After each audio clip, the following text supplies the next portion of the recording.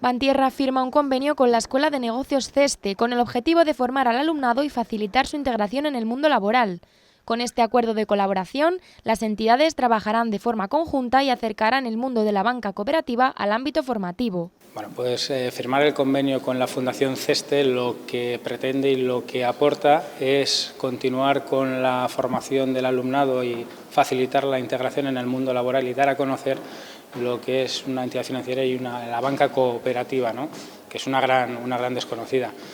Esto pretende al final dar unas herramientas y la posibilidad a los estudiantes para poder incorporarse al mundo laboral. Desde el Club de Empresas CESTE, al que se incorpora Bantierra, se organizarán propuestas y actividades para los alumnos, ya que consideran la formación como elemento clave para encontrar empleo.